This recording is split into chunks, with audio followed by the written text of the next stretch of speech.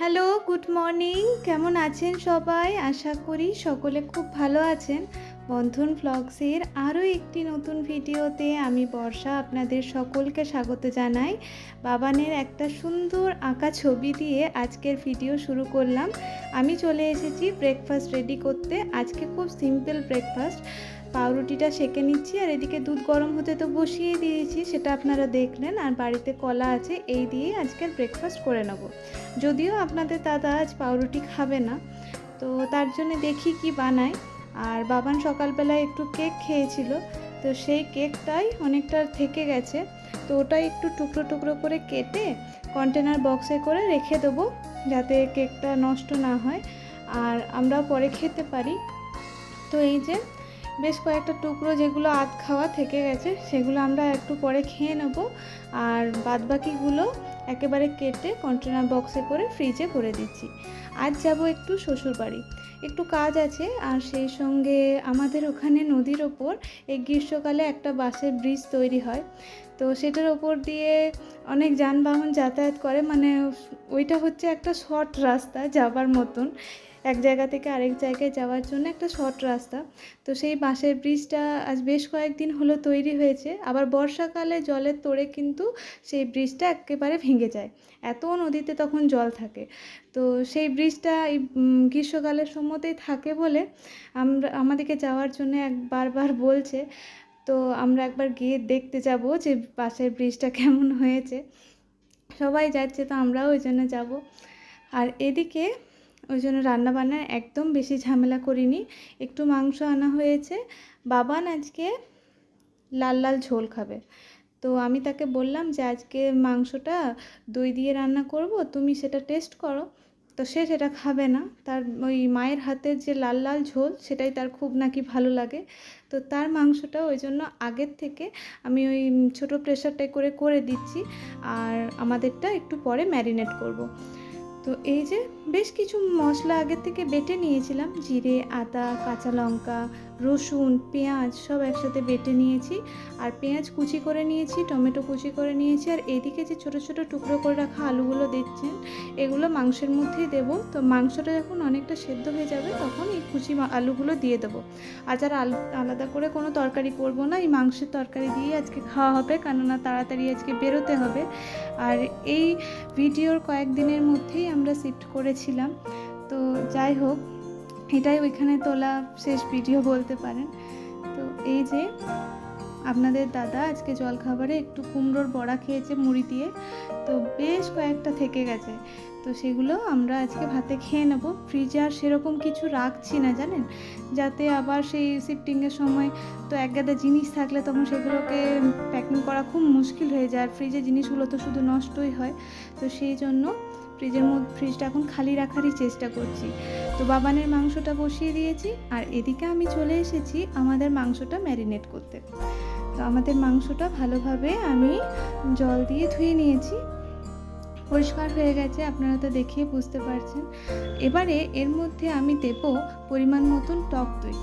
আর আমরা যে রেগুলার মশলাগুলো ইউজ করি, হলুদ গুঁড়ো, জিরে গুঁড়ো, ধনে গুঁড়ো, শুকনো লঙ্কার গুঁড়ো, আর সেই সঙ্গে একটু সর্ষের তেল দিয়েছি। সবই করেছি, কিন্তু মনটা একেবারেই ভালো লাগছিল না। কাজ তো করতেই হবে, সেটা তো থেমে থাকলে চলবে না, কিন্তু মনটা কিছুতেই মানে না।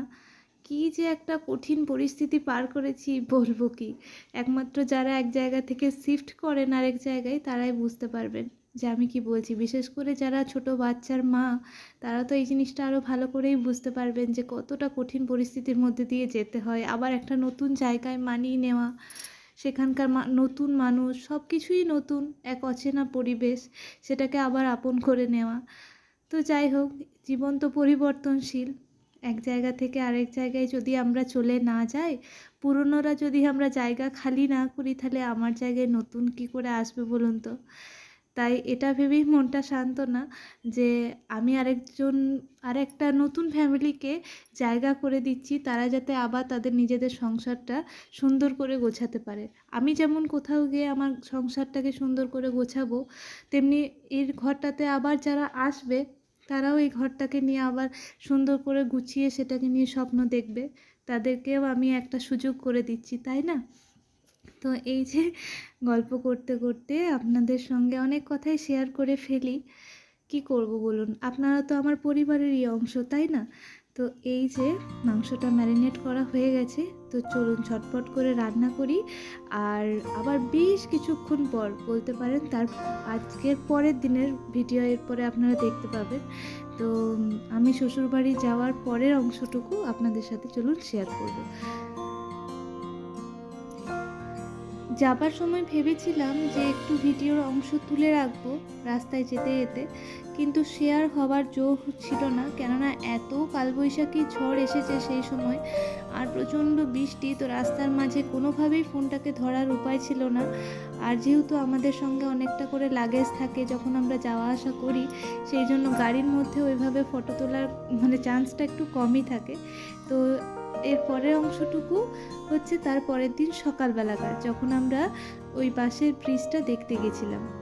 এই মাটির রাস্তা, দুপাশারই জঙ্গল, এই সব কিছু দেখে তো আপনারা বুঝতেই পারছেন যে এটা হচ্ছে আমাদের গ্রাম বাংলা, যেটার এই শান্ত স্নিগ্ধ সবুজ অংশটুকু আমাদের চোখকে শান্তি দেয়, আমাদের মনকে শান্তি দেয়, তাই না? মন যতই অশান্ত থাকুক, এই সবুজ দেখলে পরে সকলের মনই কিন্তু শান্ত হয়। আর এই যে মাটির রাস্তা, গ্রামের মধ্যে আমাদের সিমেন্টেরই রাস্তা করা আছে, ঢালাই রাস্তা, কিন্তু এই নদীর যে অংশটা, গ্রাম থেকে বেরিয়ে তো আমাদের নদী, একদম ঘরের ছাদ থেকেই আমাদের নদীটা দেখতে পাওয়া যায়। তো এই যে সেই অংশটুকু কিন্তু রাস্তাটা এরকম বালি আর মাটির। নদীতে এখন সেরকম জল নেই জানেন, ওই যে দূরে একটা ঘর দেখছেন, ওইখান থেকেই কিন্তু বাঁশের ব্রিজটা শুরু হয়েছে। আর এই যে ছোট ছোট অংশগুলো দেখছেন টুকরো টুকরো পুকুরের মতন, এগুলো কিন্তু পুকুর নয়। বর্ষাকালে এই জায়গাগুলো একদম জলে ভরে যায়, একদম থই থই করে, এদিকে আসার কোনো স্কোপই থাকে না।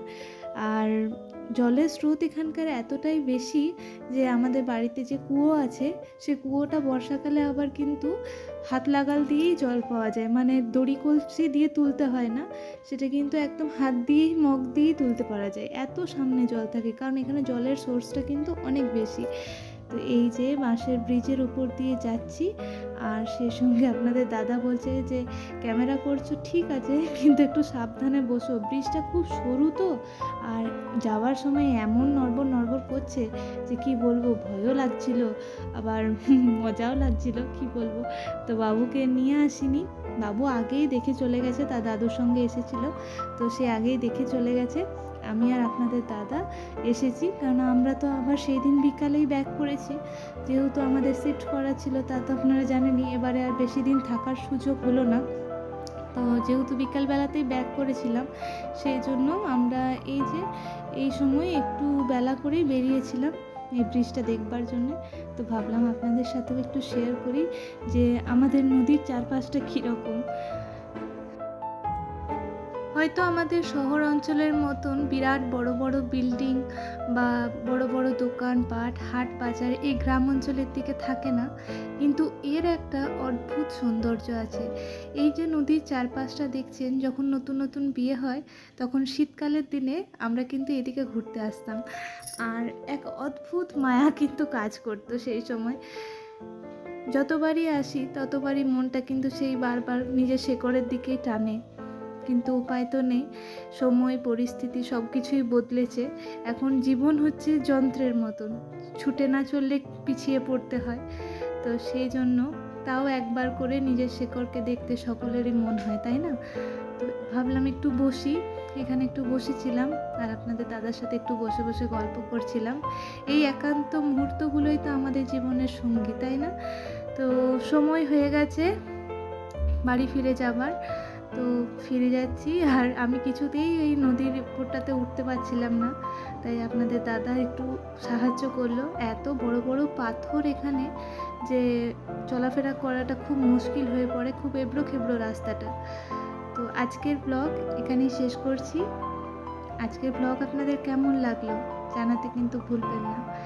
ভালো লাগলে লাইক করবেন, শেয়ার করবেন, আর সেই সঙ্গে নতুন হয়ে থাকলে অবশ্যই কিন্তু সাবস্ক্রাইব করে দেবেন।